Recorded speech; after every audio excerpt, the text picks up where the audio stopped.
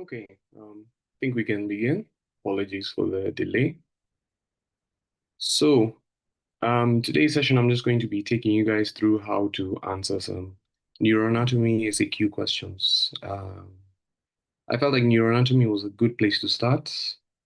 I don't know how valuable SAQs will be. Maybe the sports, we can do another one for sports next time. But today, the point is just to show you how to answer such kind of questions. So we can start with the first one.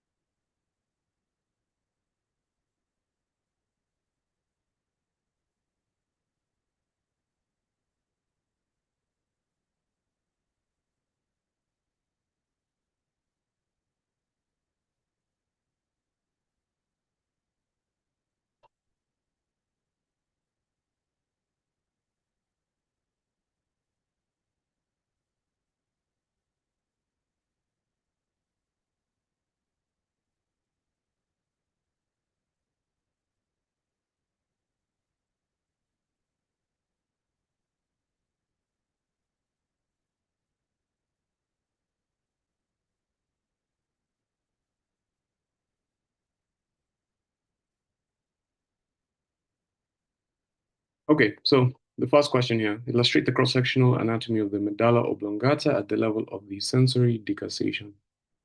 So all the questions I've put here are 10 marks, by the way. Um, these are questions that they've actually asked in the past, so should be able to answer these such questions. So I'll give you like 2 minutes, come up with something. So for such questions, you're supposed to draw a cross-section, just quick um, pictorial representation, and then I'll label the parts that you have.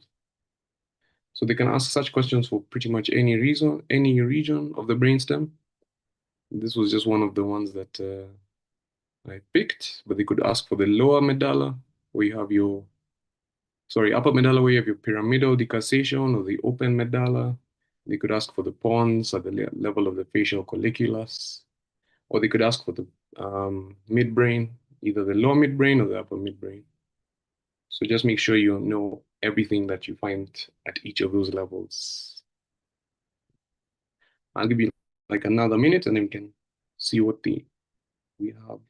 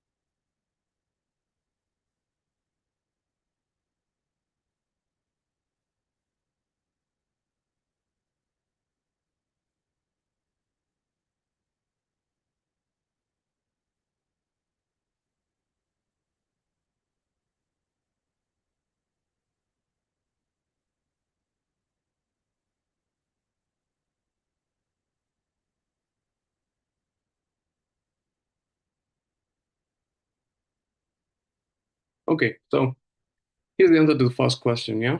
Um, so you can see first you start with the outline, all right? So in your head, you should already start thinking that, okay, at the medulla, I have certain nuclei here, where you have now formation of your medial lemnisci. So you should have your nucleus gracilis, um, your nucleus cuneatus as well. Then just next to them, you expect to have your trigeminal nucleus and tracts. Okay. Then there's a few other things more anteriorly. Obviously, you have the pyramids at this point because they decussated, or rather going to decussate. Then you also have certain tracts, both ascending and descending. So at this point, you can see some of your ascending ones being your spinocerebellar ones. Yeah. Then other things, of course, at this point, the inferior liver nucleus is probably not as prominent as it was higher up, but you can still include it. Then other nuclei that you find, um, yeah, things like, okay, you should expect to have the central canal, you have your hypoglossal nucleus. I think it's the wrong image, but anyways, let me just confirm. Okay. Well, anyways, we can use this one as the example. So you have your pyramids here, you have your sensory decussation there. Yeah, it's giving you the internal arcuate fibers. You have your central canal, there we go. Hypoglossal nucleus. So around here, you'd also add like pericentral gray matter. That one's like an extra mark. Basically, draw as much as you can. And of course, don't forget to label the, not label, rather, you should label the reticular formation as well. So yeah. So at this point, the ones that you definitely must have are these nucleus gracilis and cuneatus, hypoglossal nucleus, at least a spinocerebellus, and a few of the other sensory pathways that are still there. The pyramids, those ones are very prominent. Of course, the internal arcuate fibers.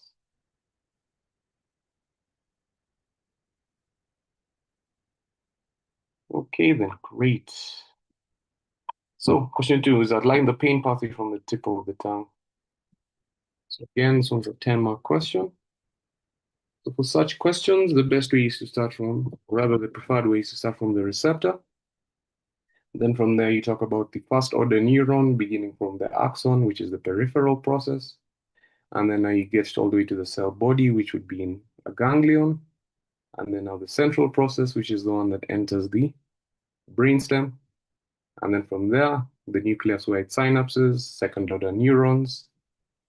Depending on what you're talking about, you may also have third order neurons. So don't forget about the thalamus, where the cell bodies are located, and so on and so forth, until you reach the cortex. Okay. So yeah, I'll just give you a minute to think about it. So start from the receptor, first order neuron, second order neuron, third order neuron, all the way to cortex. So this one's pain. Note that it's pain. So definitely it'll be a three-order neuron pathway. Usually they would ask a three-order neuron.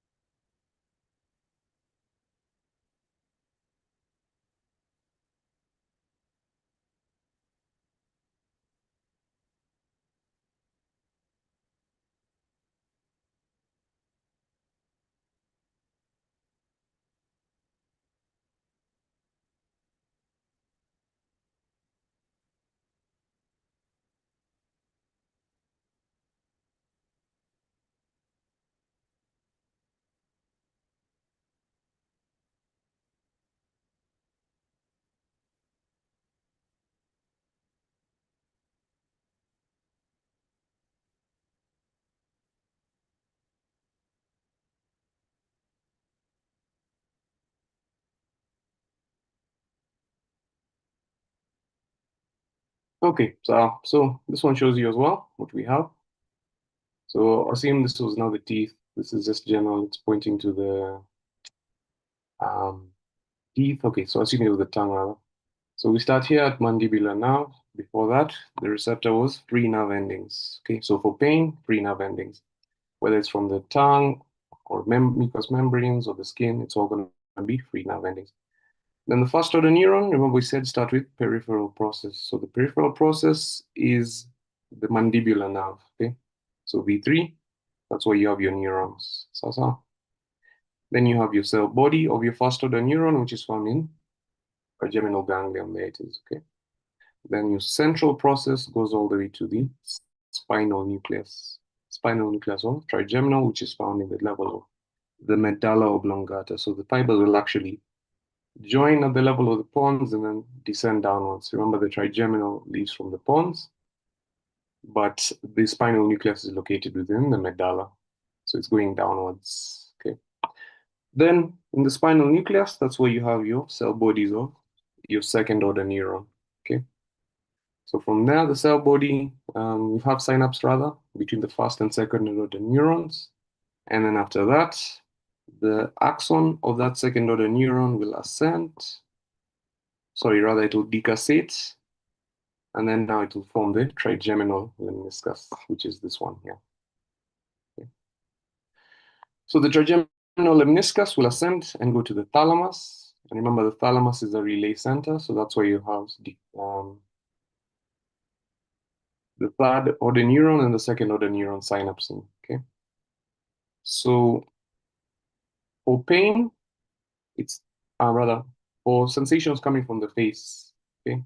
Remember, in the thalamus, you have two major nuclei involved in terms of um, ascending pathways, general ascending pathways. You have the ones from the body, most of the body, and the ones from the face. So the ones from the face will go to the ventral-posterior-medial nucleus.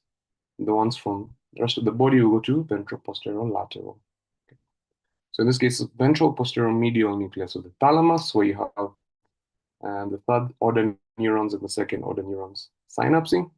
And then from there, the axon of the third order neuron will ascend through the posterior limb of the internal capsule. You must make sure to mention internal capsule. Also mention corona radiata, which is just both of them refer to the white matter parts. And then finally, they'll terminate on the primary somatosensory cortex, area 312 of Brodmann. Okay. So there you go, sensory cortex. So. And then you also specify the location of that cortex. So it would be on the superolateral surface at the front end of the parietal lobe, okay? Just behind the central sulcus. Then you can even go a step further if you remember the homunculus, which part of that homunculus represents the part for the tongue, okay? So it's literally just lateral to where you have your sylvian fascia all the way somewhere down there. Okay, so up here is your lower limb, then your trunk, and then somewhere over there you have your face, and then now your tongue, and then your pharynx and so on are about around there. Okay, so this one would be here for the tongue. All right, I hope that one's clear as well. So to recap, you start from the receptor. So three nerve endings, as I said, is for pain, but depending on what sensation they tell you, remember to think about it. So for example, if they said vibrations from the skin, you would talk about Pacini and corpuscle instead. Either way, so receptor, then first order neuron, tell us about the peripheral process, tell us about the cell body, tell about the central process. Then now, where do the first order and second order neuron synapse? Where's the cell body? Which nucleus is the cell body of the second order neuron located? What's the ascending tract or lemniscus that's being formed? And then now the thalamus, which nucleus is it? Is it VPL, VPM? If it's vision, are we talking about vision or hearing? Are we talking about the geniculate bodies instead? Okay. From there, third order neurons, remember to mention the internal capsule, remember to mention corona radiata, and then finally the cortex. And yeah, should be good to go. Most of the time, it's just going to be somatosensory cortex, area 312. All right, question 3. Account for the clinical manifestations in a patient having an ischemic stroke involving the pica. I'll give you a minute or so to answer.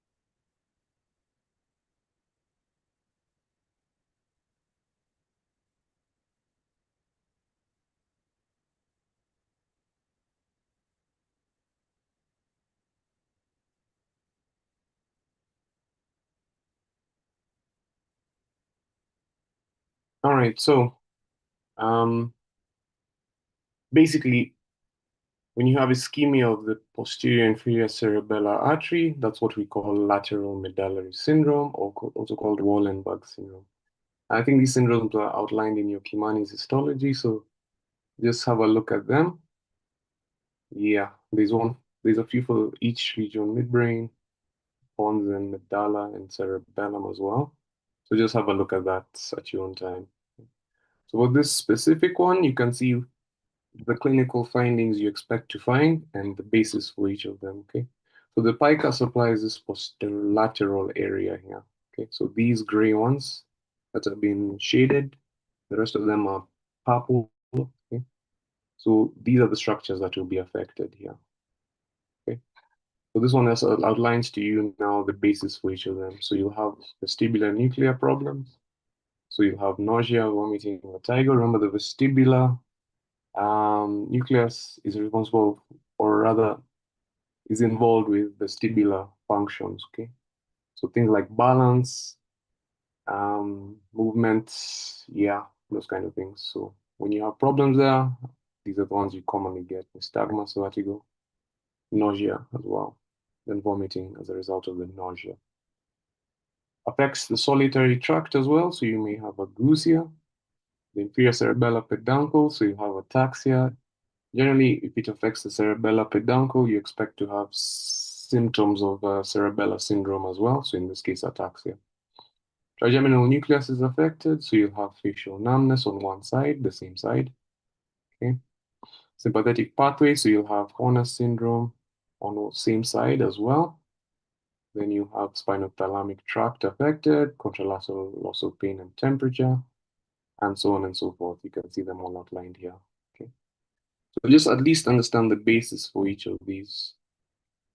It's pretty straightforward if you understand the functions of the nuclei and which nerves they're carried in. So example, this last one here, nucleus ambiguus, it was involved in special visceral efferent supply of the third, fourth, and sixth cranial arches. Okay, so those ones are going to the palate, the pharynx, the larynx. So you can imagine if you have loss of innervation to the larynx, you have hoarseness of voice. If you have loss of innervation to the pharynx, palate, you'll have dysphagia. Okay? Yeah. All right, great. Next question. Describe the structure and functions of the cerebellum. Give you another 2 minutes. So this question here is actually asking you to talk a bit about the gross anatomy as well as the histology parts. For such a question, the best thing to keep in mind is the rule of three. Okay. So you have three parts. You have the cortex, you have the white matter, and then you have the intracerebellar nuclei. Then for the histological layers, you also have three. So you have your molecular, you have your Purkinje cell layer, and then you have your granular layer. Yeah. Then you have your three lobes. You have your anterior lobe, posterior lobe, flocculonodular lobe, and so on and so forth. Okay. So just keep in mind the rule of three every time you answer a question on cerebellum. I'll give you another minute and then you can get the answers.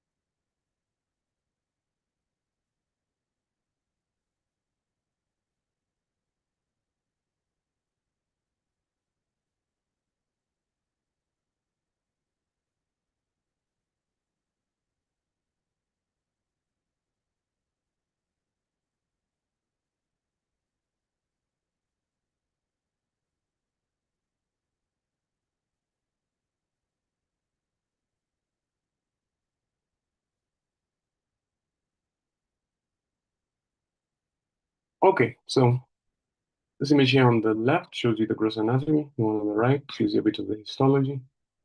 Yeah, so you can see your anterior lobe, your posterior lobe, and then nodular lobe, or the nodule in this case. So that's a good place to start with the gross anatomy, okay? And then you can also see you have your outer cortex here in gray, your white matter here, and then you expect to have um, your intracerebellar nuclei, those ones dentate, globose, emboliform, fastigial.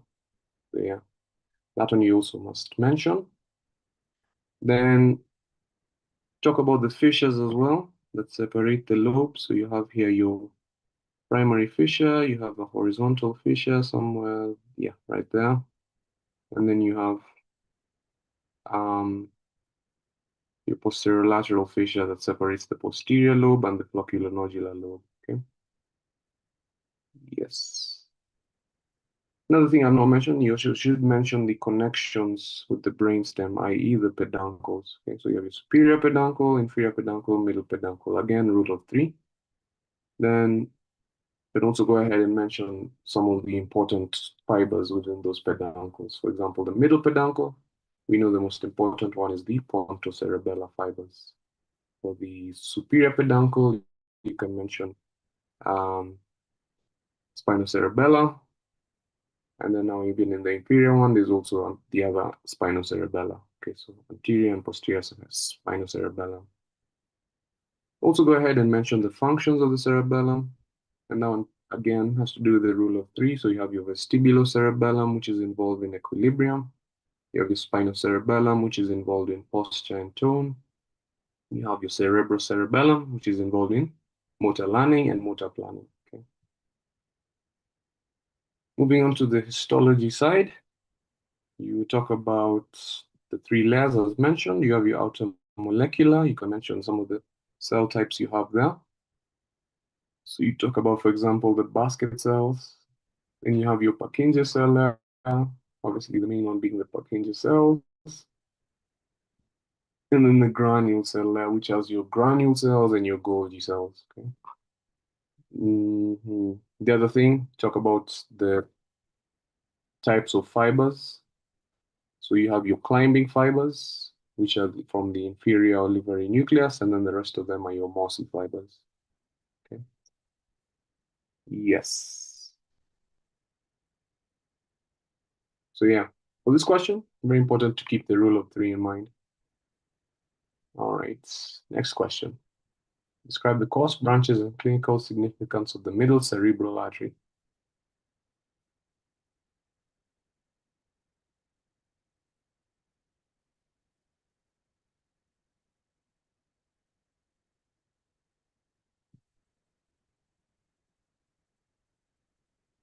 So just like with arteries or nerves anywhere else in the body, you start with the course, meaning where does it begin? So for the middle cerebral artery, it's a continuation of the internal carotid after you've left the circle of Willis. Okay. Then talk about the branches after you've talked about the course.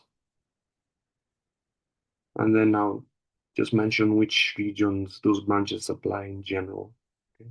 So for the middle cerebral artery in general, we're talking about the superolateral surface of the brain, of the cerebrum specifically. But you also have some deeper arteries, which you can also go ahead and mention.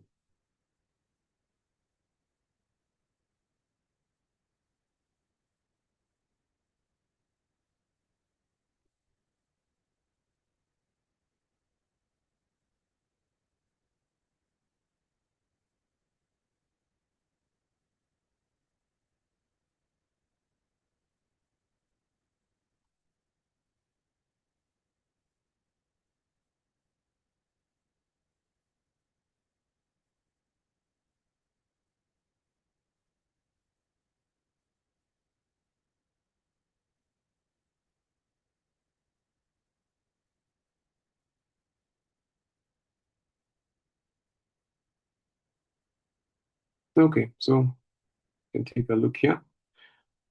So this one just gives you the branches. I'll just mention the course itself. So as I said, it's a continuation of the internal carotid artery after it gives off the anterior cerebral artery in the circle of Willis.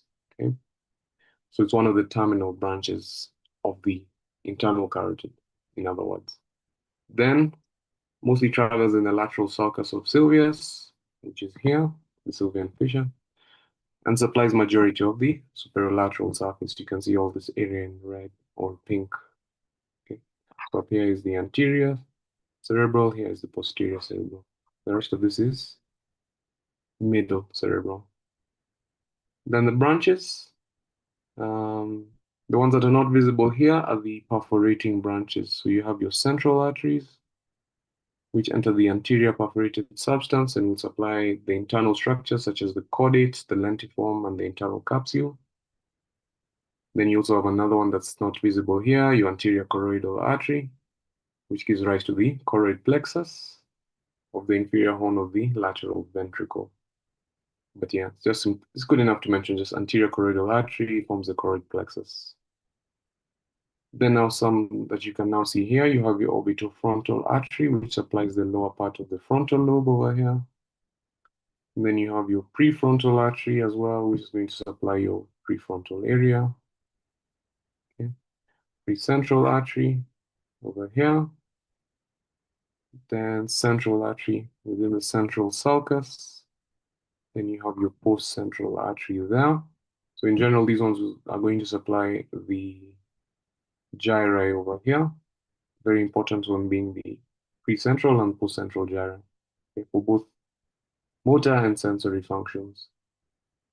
So you can imagine if you have damage of the middle cerebral artery, yeah, what will happen? But we'll get there, that's part of the question. Then you also have your posterior and anterior temporal arteries rather. Sorry, parietal arteries, and then the temporal arteries as well. So you have anterior, middle, posterior, or temporal occipital arteries, and then angular artery there. So yeah, also apply the same for now the other ones, the anterior cerebral and the posterior cerebral. Make sure you also understand the branches and the distribution. So as far as this was concerned, the clinical significance, one that they like to talk about a lot with the visual system is that this region here, the occipital pole, receives dual supply from both the middle and posterior cerebral arteries. So if you have occlusion of the posterior cerebral artery, you'll have homonymous hemianopia, but since the middle cerebral artery supplies the area of the macula, you'll actually have some macular sparing. So there'll be some peripheral loss of vision, but the central part will be still present. So that's one. Then you can have, obviously, the ones that are obvious are the ones involving these arteries here, the centrals and the post-central, precentral. So you have occlusion of the middle cerebral, you have loss of both sensory and motor function. So you'll have both hemiplegia and hemianesthesia, but not over the entire area of the body, just the parts that are represented on the superolateral surface. So for example, since the anterior cerebral artery is over here at the top, most likely you'll have sustained function of the lower limbs, maybe even the trunk. But now for the face, you'll have loss of sensations and loss of motor functions. Okay. So lower limbs and trunk will be spared, in other words. Then if this is the dominant hemisphere, usually the left side, this middle cerebral artery is the primary blood supply to both Wernicke's and Broca's areas. Okay, so you'll have global aphasia if it's the dominant hemisphere involved. Can talk about a few other ones depending on whether you know the functional areas over here. For example, temporal pole or around here as well. Because on both sides you talk about loss of gustation, loss of hearing, so on and so forth. Okay. Yeah. But for such a question, the best one is always to start with the obvious ones. So area 312 and area 4. Sorry, 4 here. Yeah. And then yeah, so area 312 and area 4, those are the ones you should always mention first. And then after that, go now to the more niche ones. All right, question 6. Describe the histological organization of the primary visual cortex. This one's a bit of not specialized question, but they could actually just ask, describe the histological organization of the any region of the cerebral cortex. And so this one's asking you to, or requiring you to apply a bit more knowledge. Think about the differences between granular and agranular cortices. Okay. Remember which type the primary visual cortex is. Okay, it was a granular type. So what does that mean?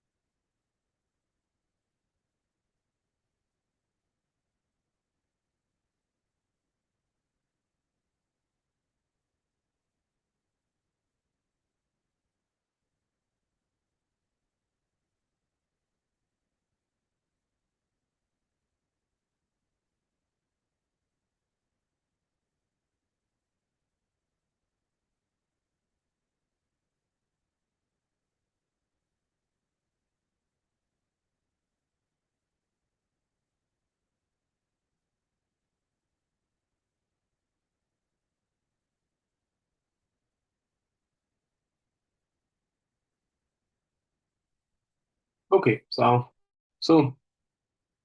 when given such a question, just talk about the general um, cortex, cerebral cortex that you have. So you have all 6 layers, even though this one has more of the granular cortex. So you just talk about your outer molecular and state the types of cells you have. So you'd have your horizontal processes of the cells of the deeper layers and the few horizontal cells of Kajar. Then you just talk about the rest of them as well. Outer granular, which has your small stellate neurons. Then your outer pyramidal, which is your small pyramidal neurons mainly. Your inner granular, which is your larger stellate neurons. Your inner pyramidal, which is your bed cells, your giant pyramidal cells. And then the deepest layer, which is pleomorphic layer. Okay. Then, since this is the striate cortex, stria because this line of Gennari is called the stria of Gennari. Um, Hence why it's a granular cortex, yeah? So you have prominence of the inner and outer granular layers compared to the pyramidal layers. So mostly your stellate neurons rather than your pyramidal neurons. Um, so within the inner granular layer, you have your outer band of bilaga, and then within your inner pyramidal layer, you have your inner band of bilaga. Okay, very prominent here. And you can see here layer 4, we're being told about the stria of Gennari. Okay.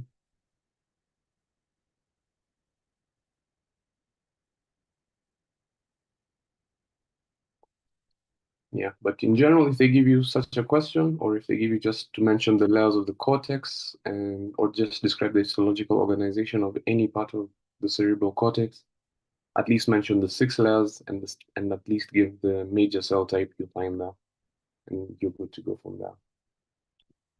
All right, question 7. Name the nuclei of the thalamus and state one apparent connection and one function for each nucleus.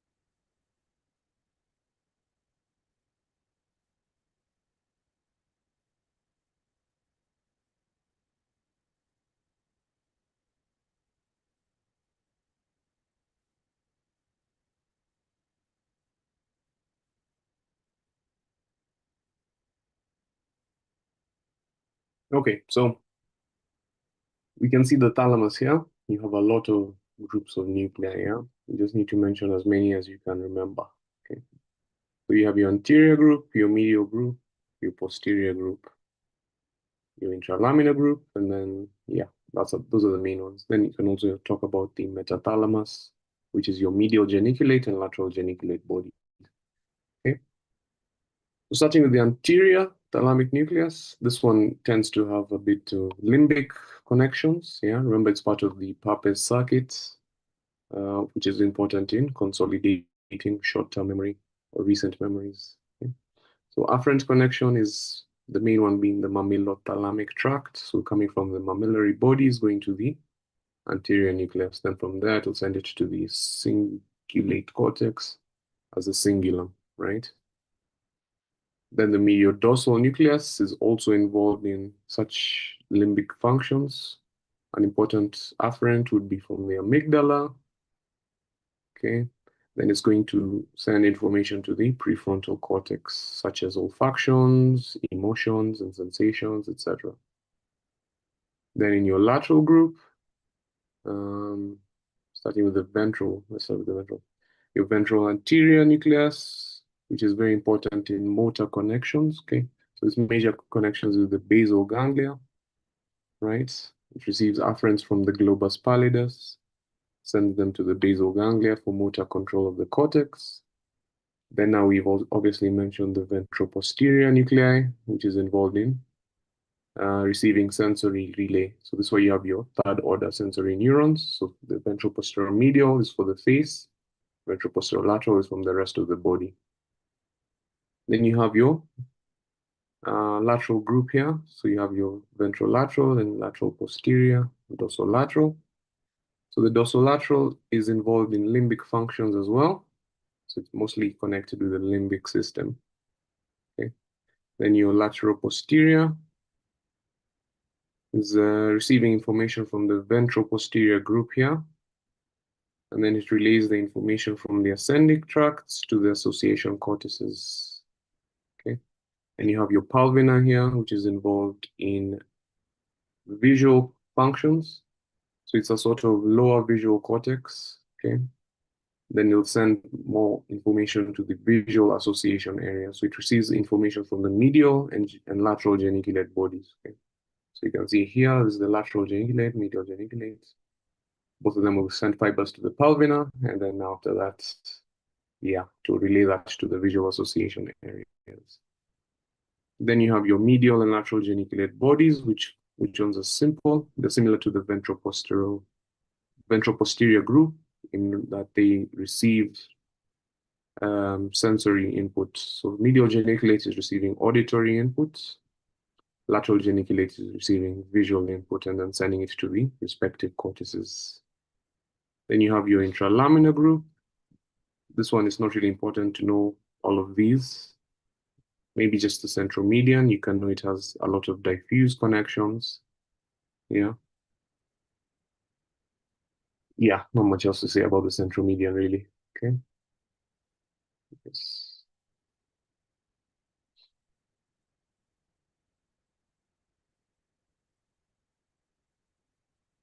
All right. I think that's okay. The main ones that you should remember definitely are the ventral posterior group and the parts of the metathalamus, your medial and lateral geniculate. The rest of them, less important at your level, but it's also good to know, okay? Especially for those who wants to major in neuroscience later on. All right, question 8, describe the venous drainage of the brain. So for such a question, you start talking about the superficial drainage, then you talk about the deep drainage, and then obviously most of the drainage will end up in the um, dural venous sinuses.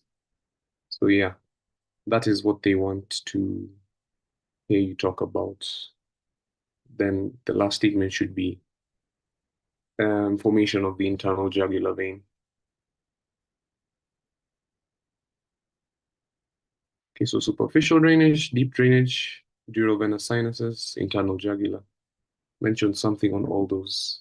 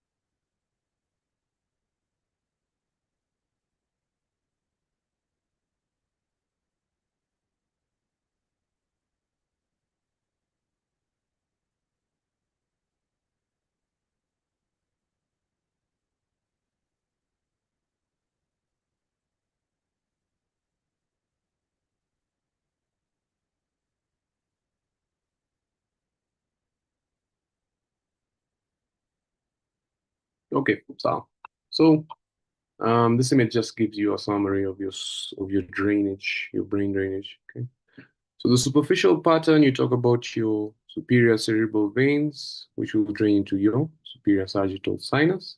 So you can see them over here. This is a superior, this is a superior, superior. One of them is a special one, the superior anastomotic vein. Okay. Um, anastomotic vein of Trollard is what it's called. Then you have this lower one here, which is called your inferior anastomotic vein of Labe. I'm not sure. Okay. So yeah, superior cerebral veins. Then your inferior cerebral veins will drain into your lower sinuses. For example, you can see your transverse sinus here. Then the two of them, the superior and inferior anastomotic veins, will join together, forming your superficial middle cerebral vein. Okay, so that's generally what you should mention for the superficial drainage: your superior veins, your inferior veins, and then your superficial middle cerebral veins. Okay, so if you remove the term superficial, you'll see it's superior, middle, and inferior cerebral veins. Yeah. Then the superficial middle cerebral vein will drain into the sphenoparietal sinus, or sometimes the cavernous sinus.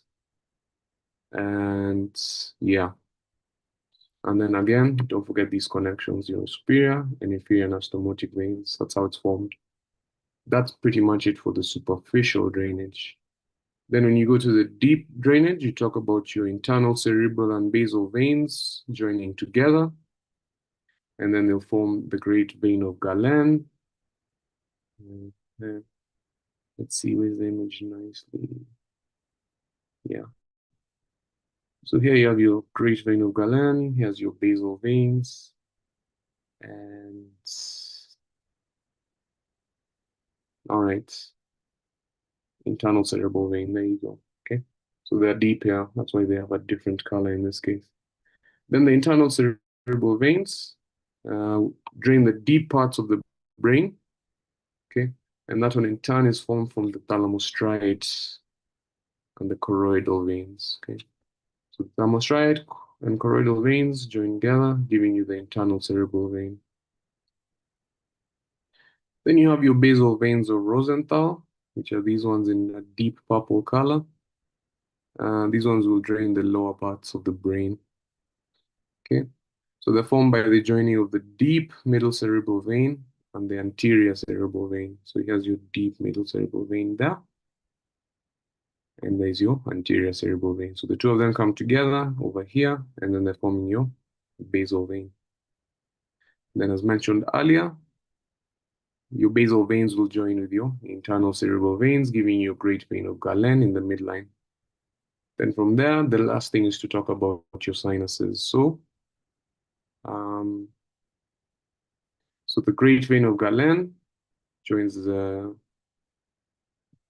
this one here, your inferior sagittal sinus, and that gives you your straight sinus. And the straight sinus will join with the superior sagittal sinus, and then from there, you have your transverse sinuses on either side. Then more anteriorly, starting from the cavernous sinus, then you have your superior and inferior petrosal sinuses here. Yes, then the inferior petrosal sinus will join with the sigmoid sinus, giving you your internal jugular vein. So we just mentioned the major durovenous sinuses. So your superior one, inferior one, straight sinus, transverse, sigmoid. Then also mention your cavernous and your petrosal sinuses. At least those ones have to be mentioned. Then finally, you talk about your internal jugular vein and then which foramen it will pass through, the jugular foramen. Okay. So, yeah. All right, question 9. This one's a much simpler question. Usually when it comes to limbic system, they don't like to test crazy things because a lot is difficult regarding the hippocampus. So mostly just name the components or some of the connections, which is this part B, circuitry networks.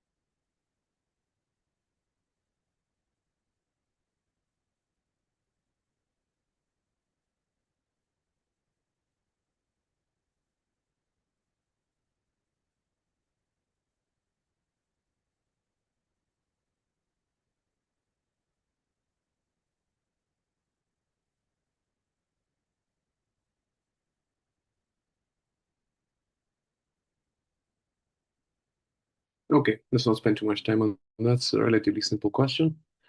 So here you can see the components of the hippocampus or the hippocampal, or okay, limbic system in general. Then now we focus now on the hippocampal formation, which is what this one is showing you. So you have your hippocampus over here with these, yeah, hippocampus proper. So you have CA1, 2, 3, 4. Not important to know, but at least know where it is. Okay.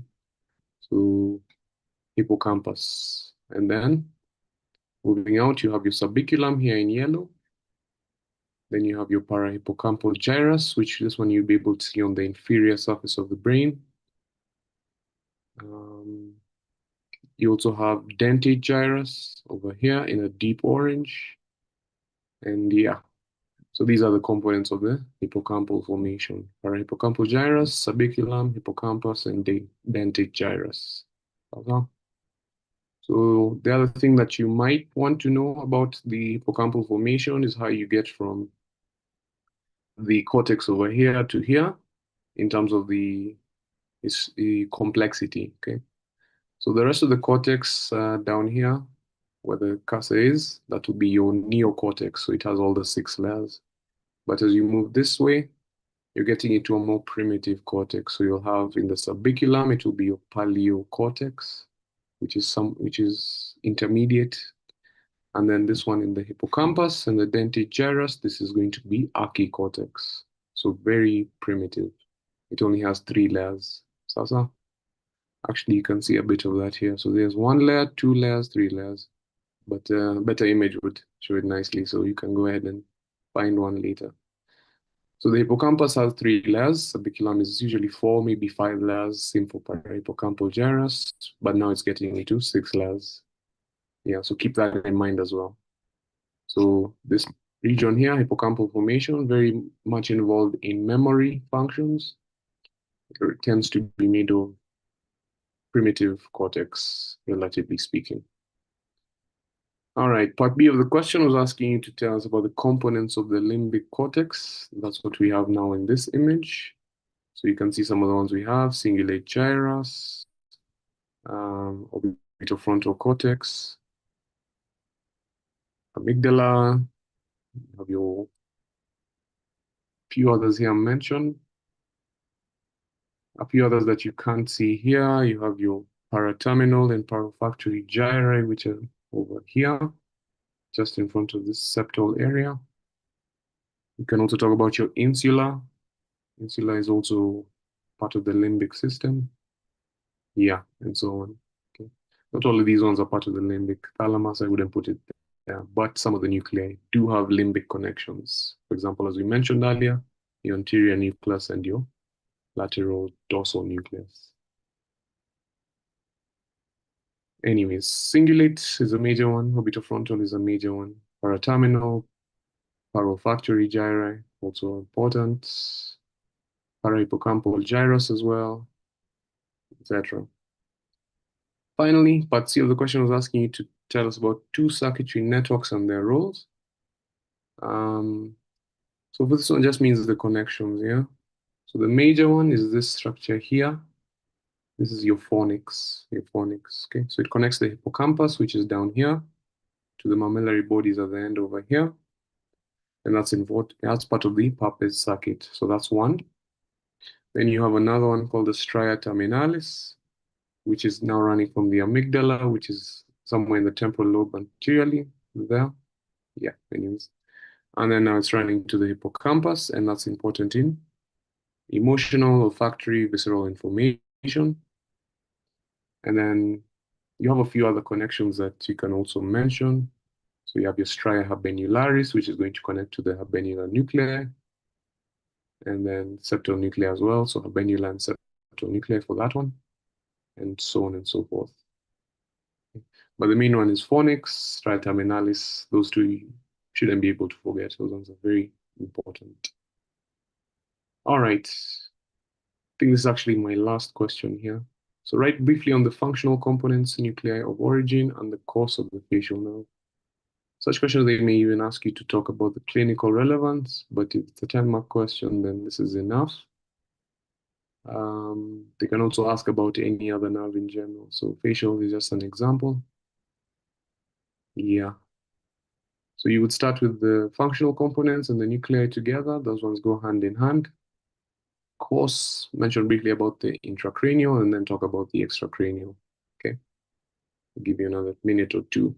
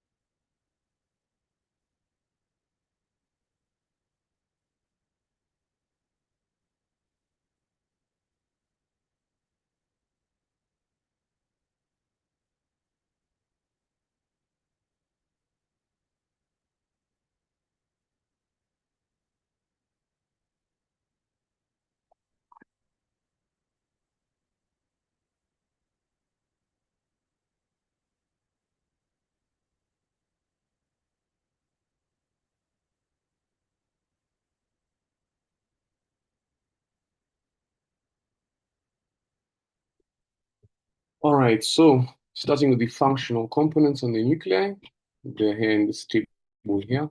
Um, so there's four for the facial nerve. Remember, this is around the level of the lower part of the pons we are looking at in this image. Okay, so you have your facial nucleus here in blue, and then your spinal trigeminal nucleus there in red. But okay, so you have these four components. The first one is parasympathetic or general visceral efferent. The associated nucleus is your superior salivatory nucleus, and it's going to innervate the glands, lacrimal glands for lacrimation, and then your salivary glands below the level of the oral fascia, so your submandibular and sublingual. I don't know where submaxillary comes from. Sublingual, okay? Can also talk about, nasal glands, okay, for mucus production in the nasal cavity.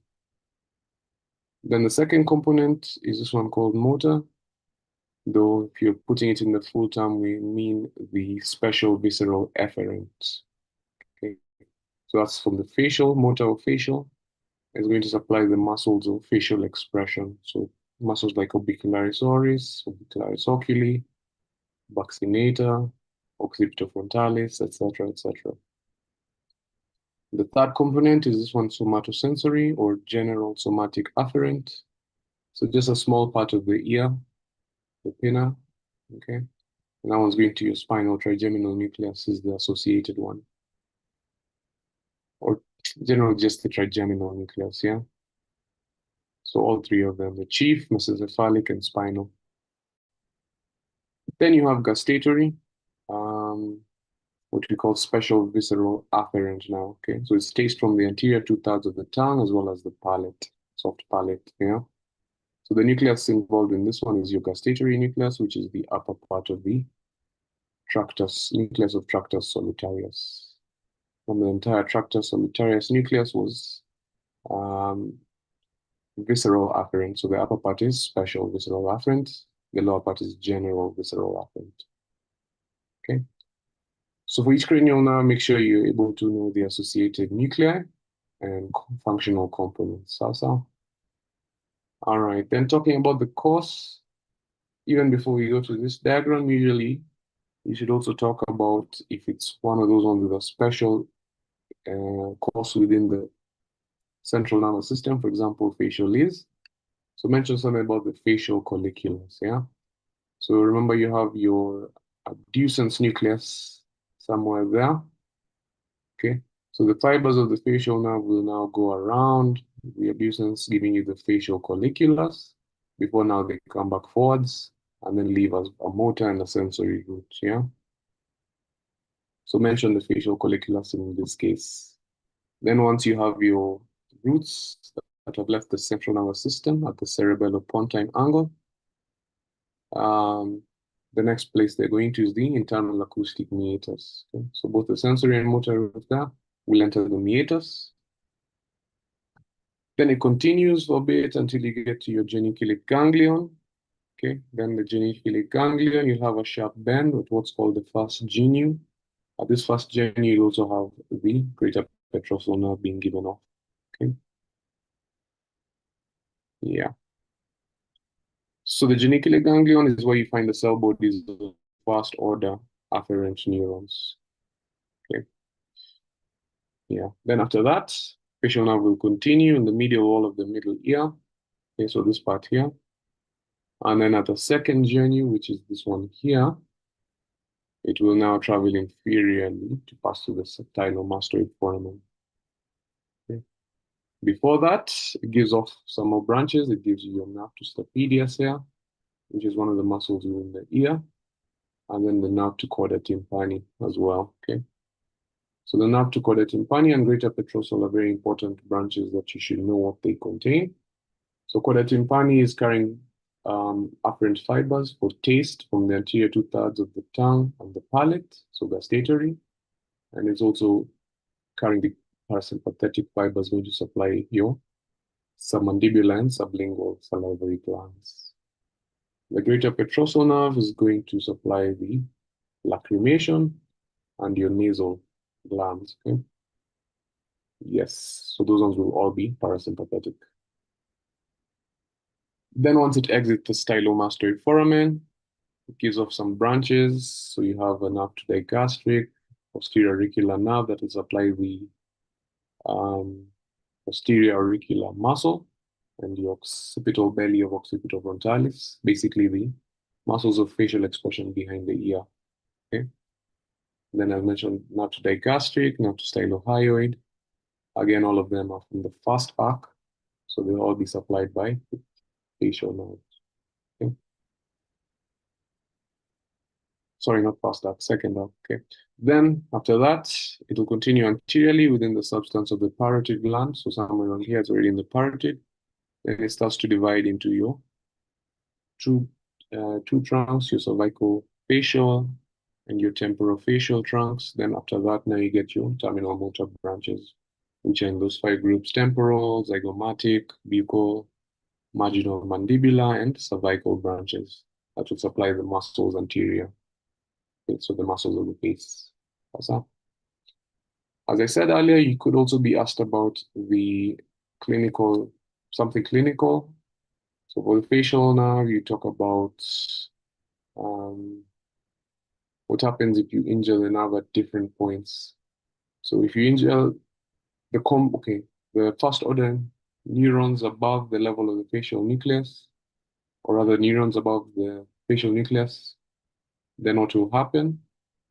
Usually, the facial nucleus receives upper motor neurons from both sides, both hemispheres for the upper part, but for the lower part, it's only from one side, okay?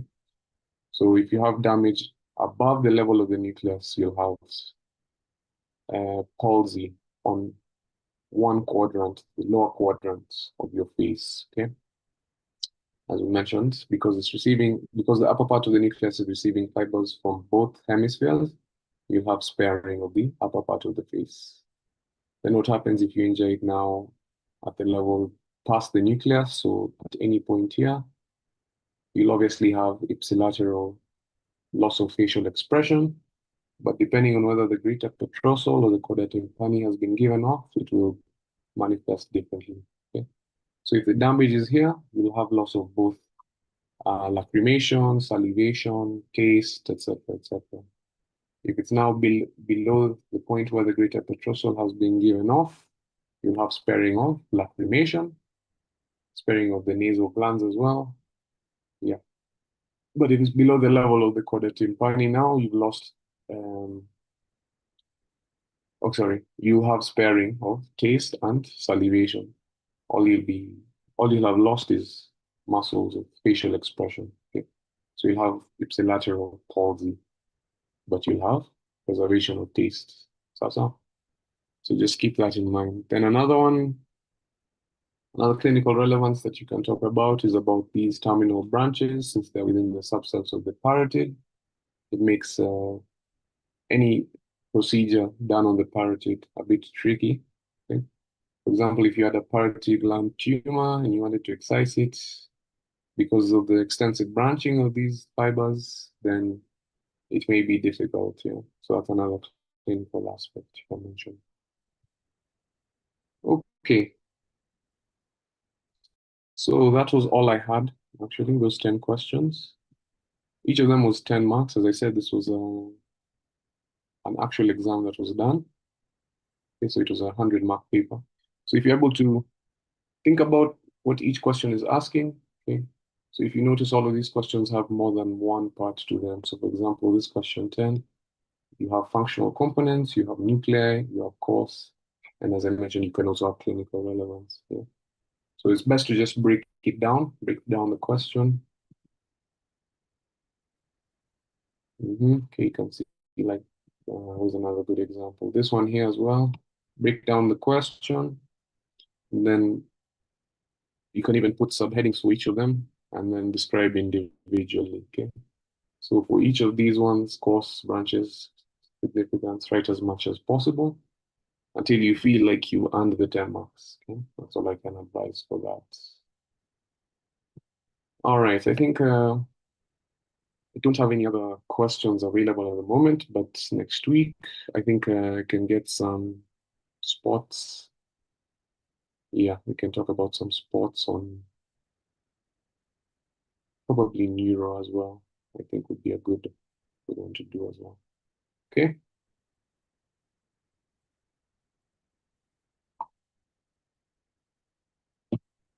All right. So we can stop it there, I think.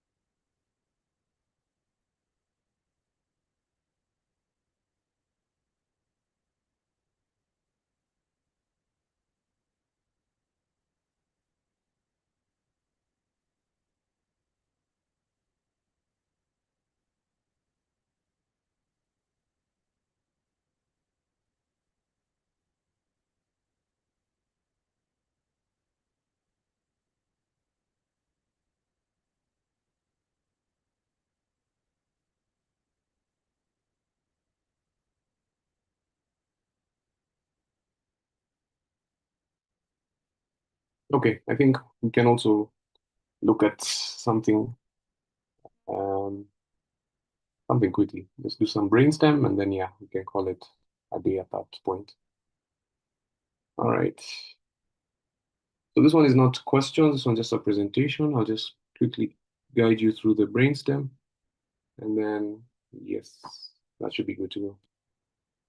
So before we talk about the brainstem, let's just quickly talk about the brain.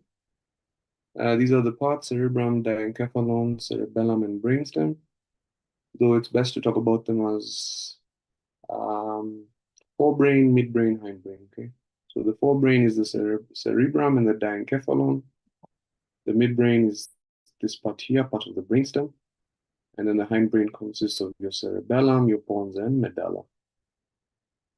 Yes, so you can see all of them here, midbrain, pons, medulla.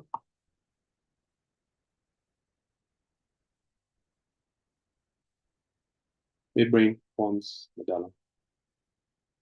Okay. So starting with the medulla, it's 3 centimeters extension of the spinal cord upwards there.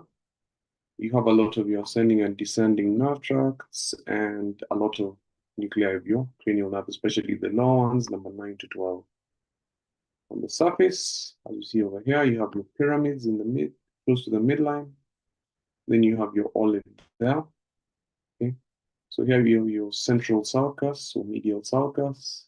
Between the pyramids and the olives, you have your hypoglossal nerve, which is this one here.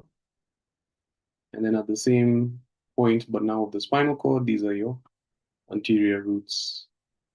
Then behind the olives, in what's called the retroolivary sulcus, you have the remaining cranial nerves, number 9, 10, and 11. Okay. So in the same order, 9, 10, 11. So vagus, glossopharyngeal, and spinal accessory nerves are found in the retroolivary sulcus. Yeah.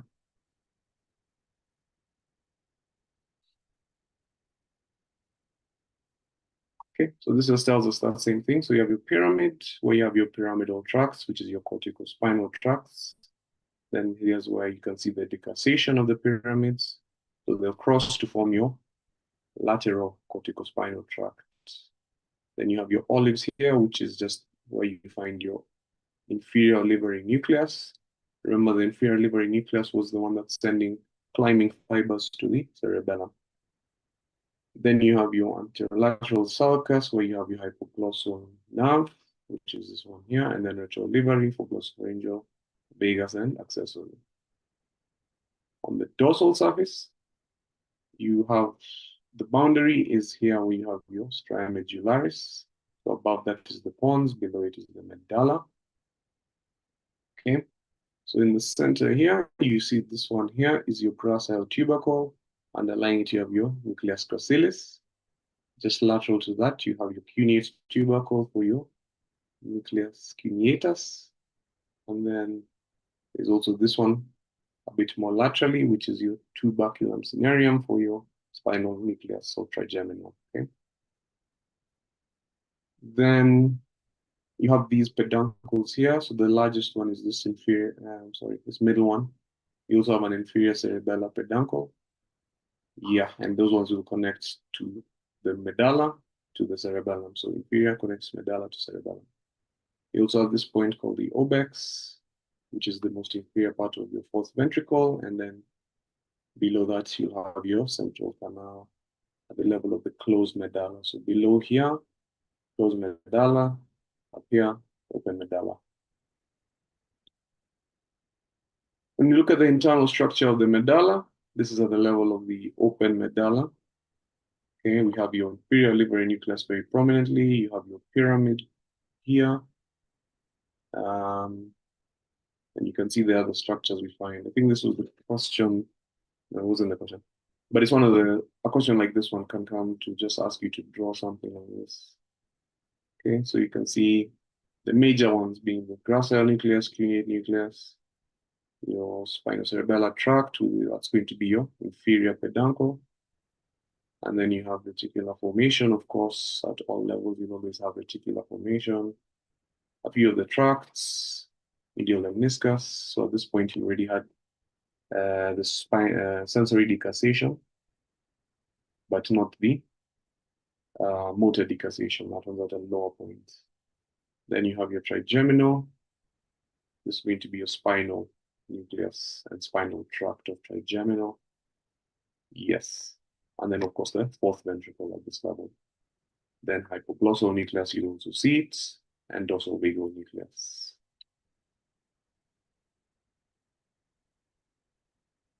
Yeah, okay. This just tells us the same thing. Looking at the pons now. So it's just above the medulla. Ascending sensory tracts, descending motor tracts are also found there. At this point, you have a lot of them being lemnisci. Okay. So pons means bridge. It's a bridge between um, a lot of structures, between the medulla and the midbrain, between the cerebellum and the rest of the structures. So keep that in mind. Okay, so it has two parts. You have your basilar part, which is the pontine tegmentum. Sorry, you have your basilar part on the ventral side, and then your dorsal, which is the pontine tegmentum. Basilar sulcus in the midline, where you have your basilar artery. Yeah. So then, yeah. So here, there's not really much to see apart from just the bulging, and then now the trigeminal roots. Okay. So you have this large sensory root and then a small motor root over there. Usually we talk about this where you have your trigeminal as the junction between the pons, and then what's lateral to it is going to be your middle peduncle. Okay, so middle cerebellar peduncle. Then between the pons and the medulla here, you can see you have your pontomedullary junction, PMJ, and then where you have this triangle is the cerebellopontine angle. At the CPA, cerebellopontine angle, you have your cranial nerve number 7 and 8. A bit more medially, it's number 6. So this is abducens nerves. And these ones are your vestibular cochlea and facial. Okay. So facial has a sensory and motor root, which are these two, and then this one is vestibular cochlea. Looking at the dorsal surface, again, you have your peduncles here, superior velum, which is this one, forms the roof of the fourth ventricle, and then you can see trochlear nerve up there, but that one more around midbrain than the pons. Looking at the cross section, you have the two parts again. We talked about the basilar pons and then the pontine tegmentum. So within the basilar part, you have a lot of your your pontine nuclei, and then your pontocerebellar fibers.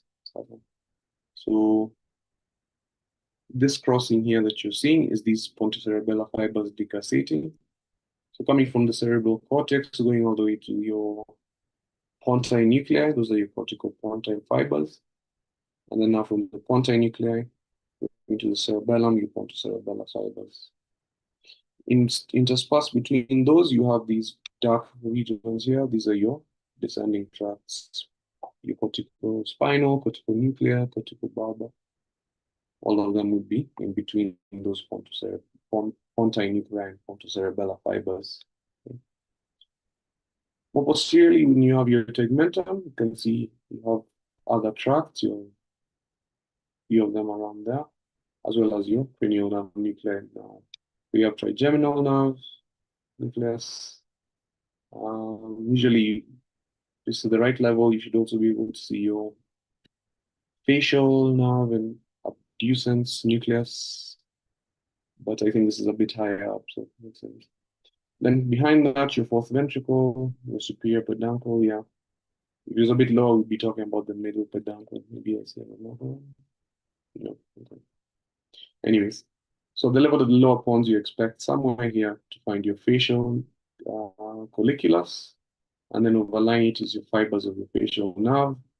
Then below that, your abducens nucleus. Then more anteriorly is your facial nucleus. Okay, looking at the midbrain, this part up here. So you have major features. You have your central aqueduct or cerebral aqueduct of Sylvius. And then now this is the part associated with cranial nerves number 3 and 4, so oculomotor and trochlear. So looking at the ventral surface, you have your cerebri, which are these ones over here, and then in between them, your interpeduncular fossa. Yeah, so the interpeduncular fossa has your posterior perforated substance for passage of your central arteries that will go and supply the internal structures. Okay. Also within the interpeduncular fossa, you have your tuberculum cinereum, which is going to attach to the pituitary gland. And then over here, you have your mammillary bodies. And then you also have your oculomotor nerve emerging from the lower parts. So So the boundaries of the posterior perforated substance: anteriorly to your optic chiasm, anterolaterally to your optic tracts, posterolaterally to your crus cerebri, or cerebral peduncles, and then posteriorly is going to be your basal pons. On the dorsal surface, superior colliculus, inferior colliculus, involved with visual and auditory reflexes respectively. So they also have connections with your geniculate bodies. And together they're called the corpora quadrigemina. You also have your trochlear nerve emerging below the corpora quadrigemina. Yeah, it's the only cranial nerve that emerges from the posterior surface. The rest of them are all anterior.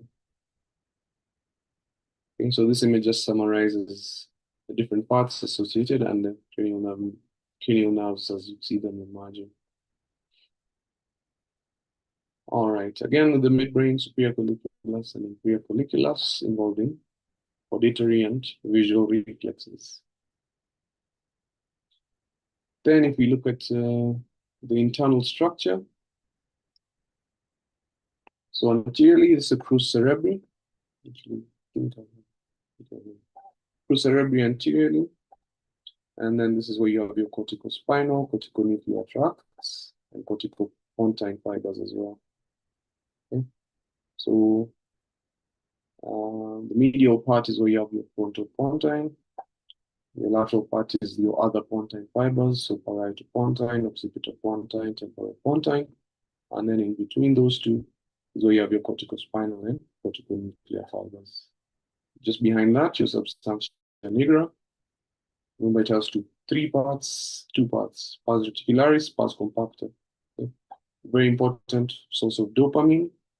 And when you have loss of those neurons, you'll have symptoms of Parkinson. Then behind that, now you have your red nucleus, which is a very important motor nucleus.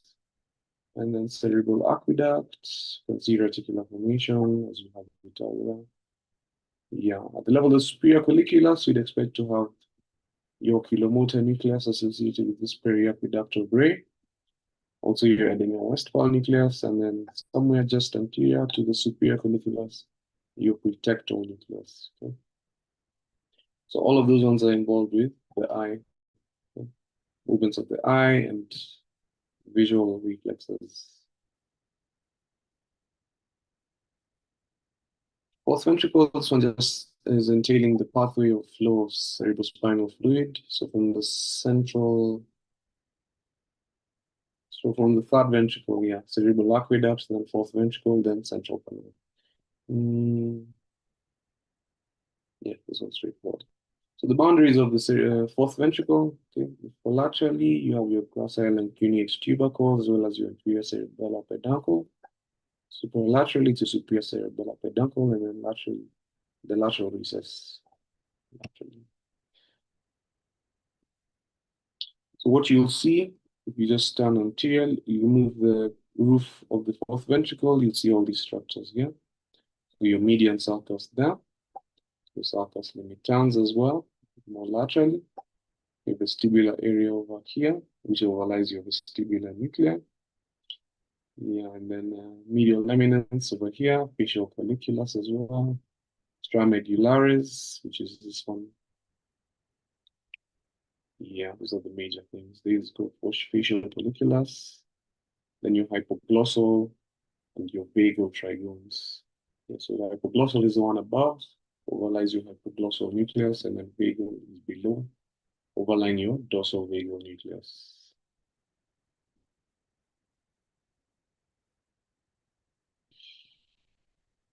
Yeah, so that's okay. Then we can also talk about the cranial nerve nuclei. So remember these 7 functional groups that we usually talk about. So starting with your general somatic motor or general somatic efferent nuclei. So there's 4 of them. 3 of them are involved in controlling muscles of the eye, so your oculomotor, trochlear, and abducens nucleus. And then the last one is hypoglossal, which is involved in the tongue. Okay, so muscles of the tongue. Yeah, and that's outlined here. So cranial number 3, 4, and 6 for the eye. and they control the muscles involved in moving the eye. So your superior, inferior, medial, lateral recti, your obliquus, but your superior and inferior, and then your levator palpebrae superioris. Then hypoglossal will be the muscles that are basically, if it has the term glossus in it, it's going to be controlled by hypoglossal nerve. Next one is your special visceral motor or special visceral efferent. These are also called branchial efferent. So yeah, it's just three of them.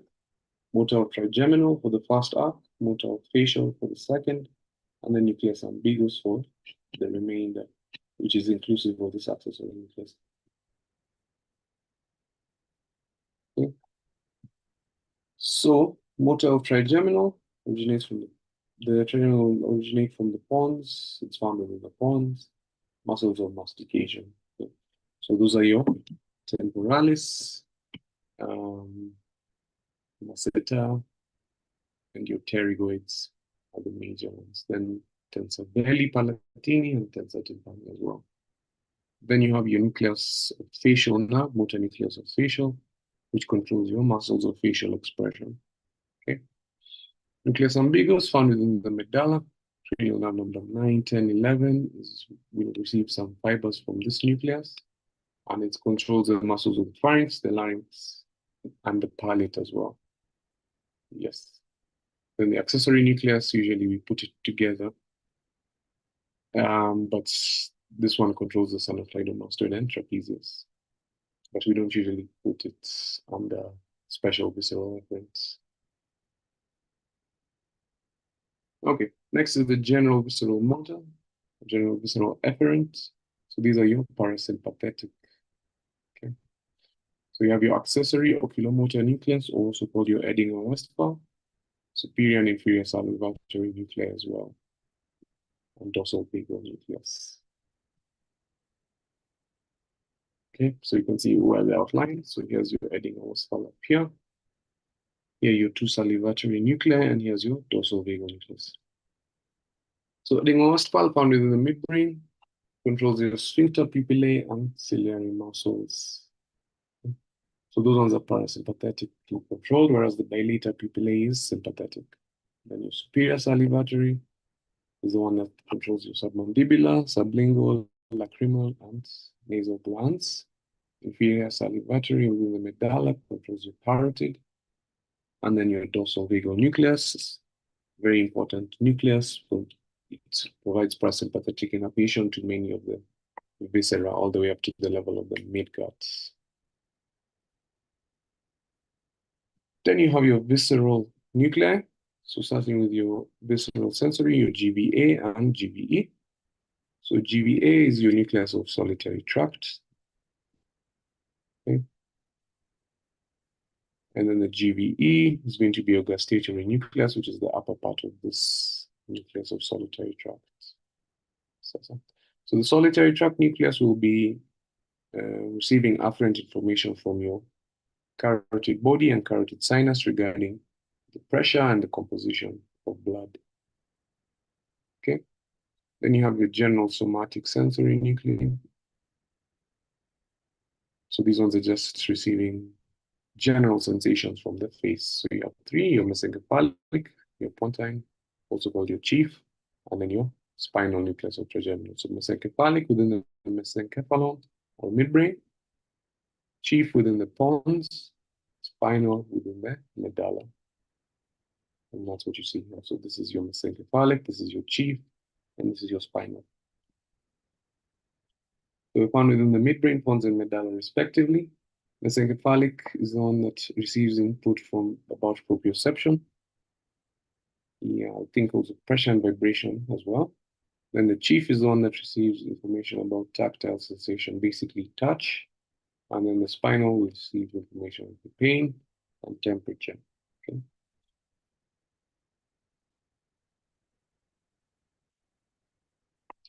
Next, you have the special somatic sensory nuclei, which is your cochlea and vestibula, SSA.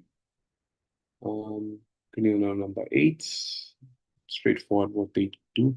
Cochlear for hearing, vestibular for vestibular functions. And then we have your other nuclei that we find within the midbrain.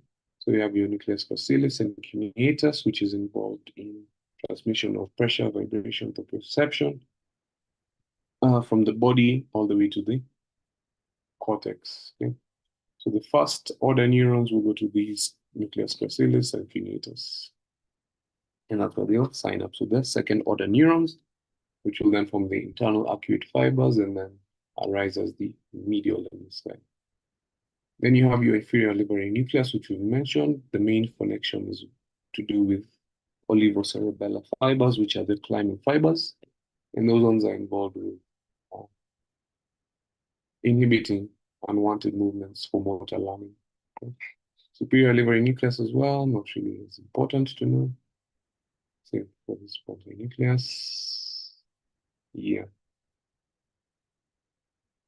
Okay. The other one that's important to know is the red nucleus within the midbrain. Okay, so that's this one here. Again, one of the motor nuclei. So your motor nuclei include the red nucleus and the basal ganglia as the major ones. Substantia nigra as well is part of those basal ganglion nuclei. So as I mentioned, if you have loss of those neurons, you'll have symptoms of Parkinsonism, which is a motor disturbance. Then the pretectal nucleus, just anterior to the superior colliculus, and that one's involved with the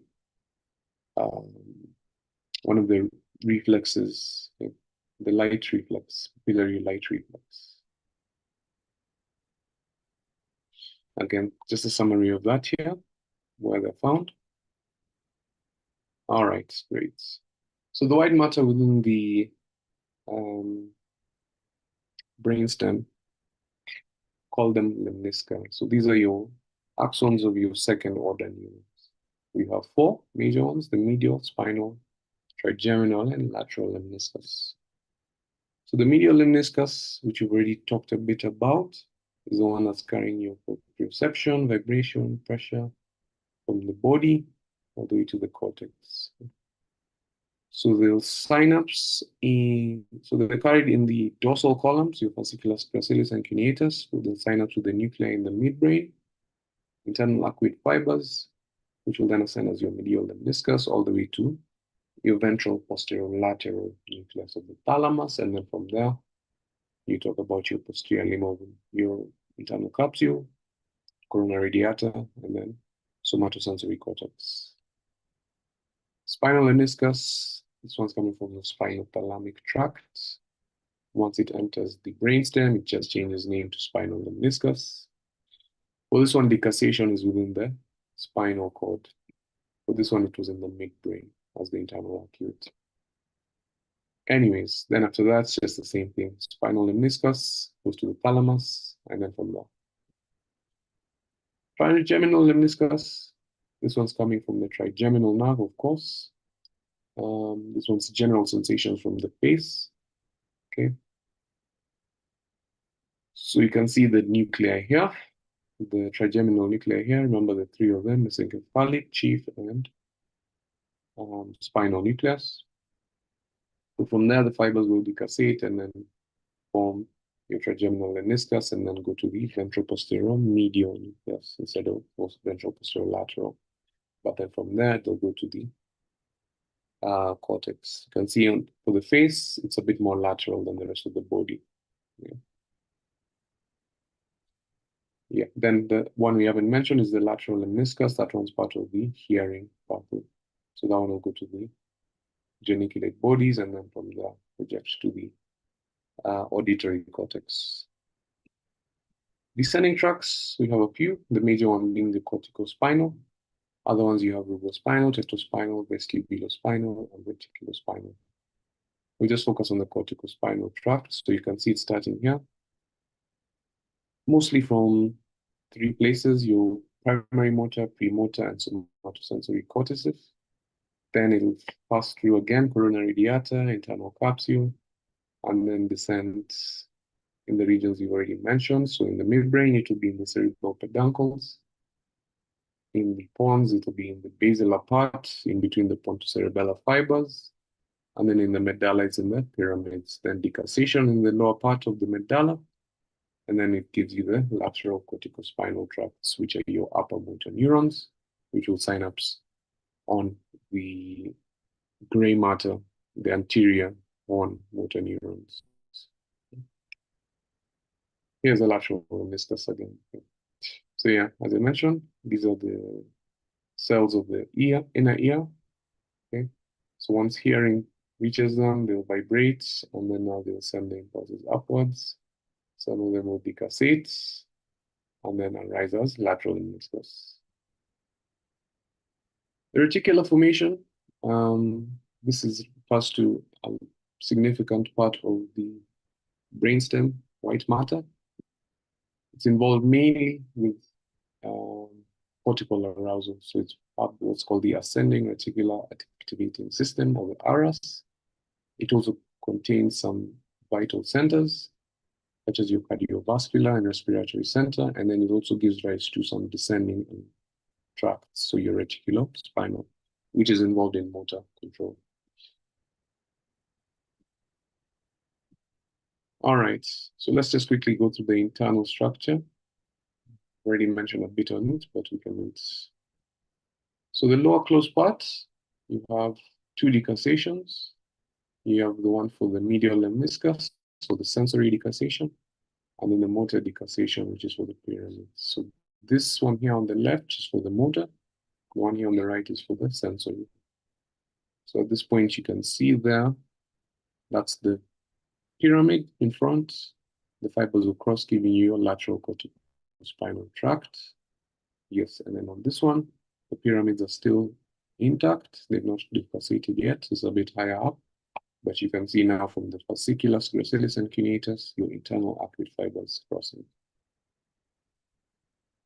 Then at the level of the open medulla, the most prominent feature is this inferior liver nucleus. Other major things we've already talked about: your hypoglossal, your dorsal vagal nuclei, your inferior cerebellar peduncles, etc., etc. Next is the pons. So two parts again, tegmentum and basilar part anteriorly. You find very characteristic crossing pontocerebellar fibers, and in between them your corticospinal and corticonuclear fibers. Then within the tegmentum, the most prominent feature is that facial colliculus. So you have your abducens nucleus there, and then your fibers of facial go around it. Yes, not much else to say there. For the midbrain, this one's very straightforward as well. You have your cerebral peduncle there, the substantia nigra there. And depending on whether it's the upper or lower medulla, you'll see some specific features within the tegmental part. Okay? So substantia nigra and crus cerebri, we find them both at the upper and lower medulla. So within the crus cerebri, as I mentioned, the middle three faces the pyramidal tract, so your corticospinal, corticonuclear fibers. Then now on either side, you have your pontine fibers. So frontopontine over here, and then the other one's parietal-pontine, occipital-pontine, temporal-pontine at the lateral 1/5. You can also see some decussations here. So those are you have two decussations. You have a ventral and a dorsal tegmental decussation. And those are for your tectospinal and spinal fibers. Okay? So then now at the level of the upper medulla, you have your red nucleus, which you can see there. And then your nuclei as well. So these are your oculomotor nuclei. At the level of the lower medulla, sorry, not medulla, midbrain. At the level of the lower midbrain, you would have your trochlear nucleus instead. Then you also have Edinger-Westphal, which is this one here. That one you would have it in the lower. Then your superior colliculus behind. This one in blue represents your lemniscal systems. So they've aggregated together. So medial lemniscus, trigeminal, spinal, lateral, all of them like that. All right. I think we talked about that. So within the medulla, you also have your vital centers. So you have your cardiac, vasomotor, respiratory, and various reflex centers. They're found within the medulla, most of them. Again, you've seen this, all of it.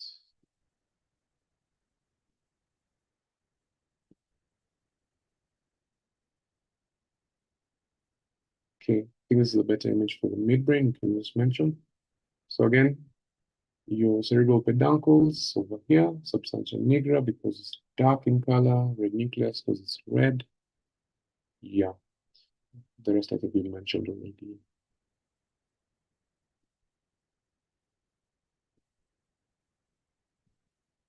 All right. So let's just mention briefly on the functions. So the tectum, you have your superior and inferior colliculus. All you need to know about them is that they're involved in visual and auditory reflexes, respectively. Then your reticular formation, we've mentioned the main thing being arousal of the cortex. Then you have a few other functions, for example, your vital centers, cardiorespiratory functions, and it contains various different types of nuclei with vasoactive substance, with bioactive substances rather. Substantia nigra involved in motor functions, part of the basal ganglion pathways. And as we mentioned, deterioration is going to lead to Parkinsonism because of depletion of dopamine. Then periaqueductal gray matter around the cerebral aqueduct.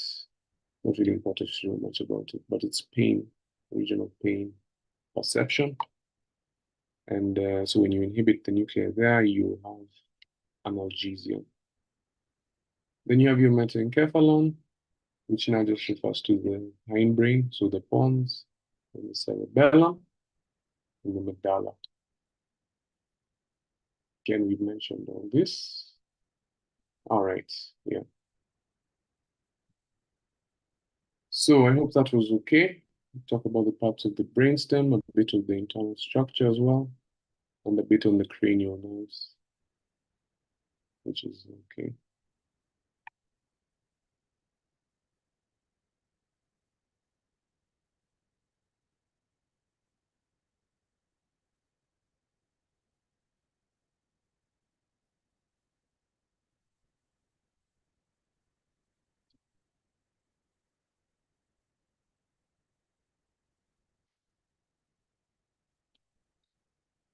Okay, so I think next week, as I mentioned, I'll try and see if I can compile some sports questions, and then we can just do a quick 2-hour session on that.